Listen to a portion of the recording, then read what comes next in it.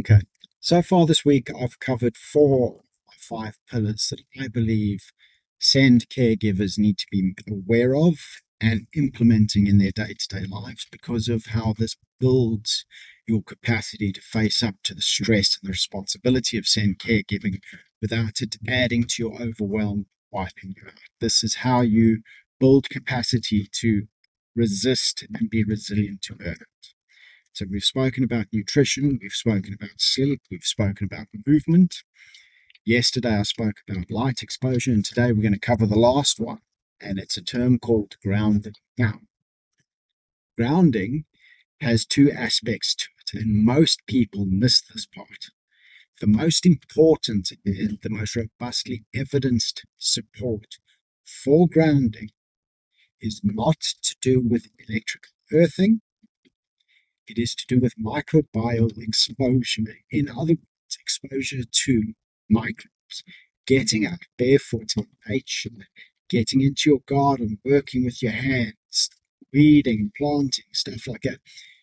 We are surrounded by trillions and trillions of microbes, many of which form part of our own microbiome, the skin, inside us through our digestive system. These are massively important. We have a symbiotic relationship with these microbes, and they are hugely important to our health.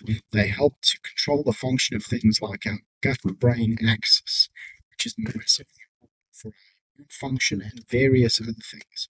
So the modern thinking of sterile being better, everyone wants to use antibacterial this, antibacterial that, sterile environments, blah, blah, blah, blah, blah, because the consensus is that somehow sterile is better is not true.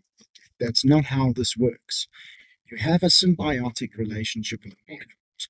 You want the good microbes to flourish in you, on you, because that, whether you like it or not, is the reality. You've got trillions. In fact, you've got more microbes in you than what you have cells. Let that sink in for a second. So, getting outdoors, getting into nature, fully exposed, unfiltered, right, is a crucial part of maintaining that symbiotic relationship with your microbiome. That is the most well-evidenced, robustly evidenced reason that grounding is important. Then there's also some evidence, although this is very emergent and it's highly contested, highly debated. There is evidence that electrical earthing, taking up free electrons from the Earth's surface, is beneficial as well. That may turn out to be very true, and as the evidence unfolds and as further studies are done into this, we will find out whether that is or isn't a crucial aspect. My point of this is that it doesn't matter where the electrical earthing is important or not. What matters is getting out in nature, barefoot, getting your hands in the soil, being on the grass, touching nature within a controlled environment, of course. Like, I'm not saying go roll in the thistles or do something stupid, but just get into your garden, get into the park, be barefoot, get some microbial exposure, because that is a crucial way that you can help to maintain that symbiotic relationship with your microbiome. And that is an important part of your health, whether you like it or not.